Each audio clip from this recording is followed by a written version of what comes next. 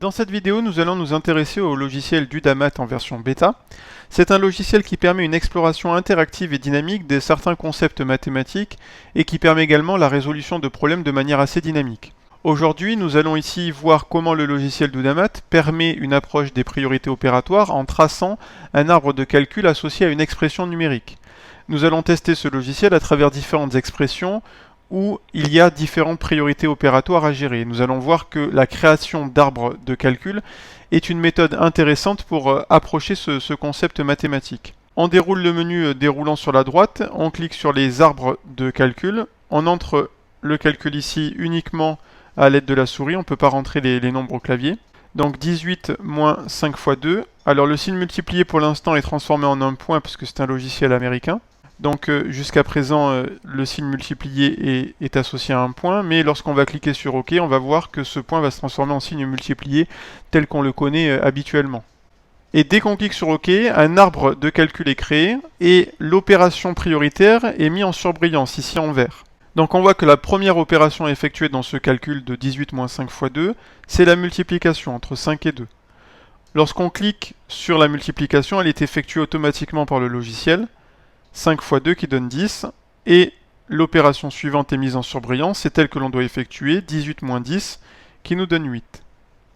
Ça, c'est un premier exemple de la gestion des priorités opératoires. On va tester une nouvelle fois le logiciel avec cette fois-ci des parenthèses. Donc l'expression numérique ici, c'est 10 moins 4 entre parenthèses, multiplié par 7. Lorsque j'appuie sur OK, les parenthèses disparaissent, mais la priorité du calcul est donnée à la soustraction. Cela sous-entend donc que les parenthèses sont ici prioritaires et que l'on effectue d'abord les calculs qui sont situés entre ces parenthèses-là. Donc je clique sur l'opération prioritaire, c'est-à-dire la soustraction, 10 moins 4 qui me donne 6, et ensuite j'effectue la multiplication, 6 multiplié par 7 qui me donne 42.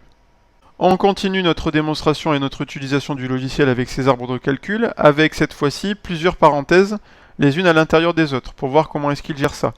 Donc 7 multiplié par entre parenthèses, alors il n'y a pas encore de crochet sur le logiciel, donc il y a des doubles parenthèses ici, 19 moins entre parenthèses 6 plus 4. J'appuie sur OK et il me gère complètement, automatiquement, le double parenthésage. Donc on voit pour lui que l'opération prioritaire à effectuer, c'est l'addition, elle est mise en surbrillance en vert ici. Cela signifie que lorsqu'il y a plusieurs parenthèses les unes à l'intérieur des autres, on effectue les calculs qui sont dans les parenthèses les plus à l'intérieur. Donc ici on effectue d'abord 6 plus 4 qui nous donne 10.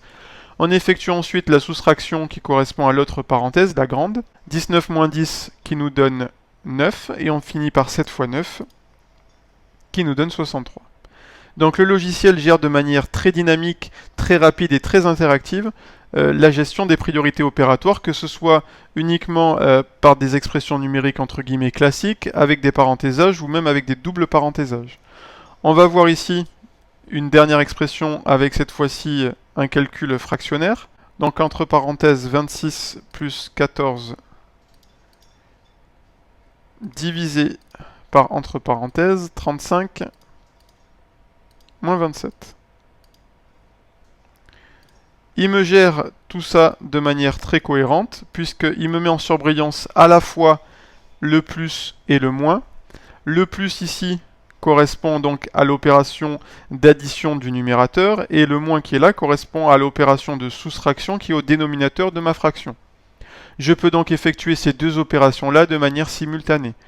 Je clique sur le plus qui me donne 26 plus 14, 40.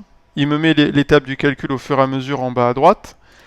35 moins 27 qui me fait 8, et on termine par la division, c'est-à-dire par la fraction. On calcule la fraction. 40 sur 8 qui me donne 5.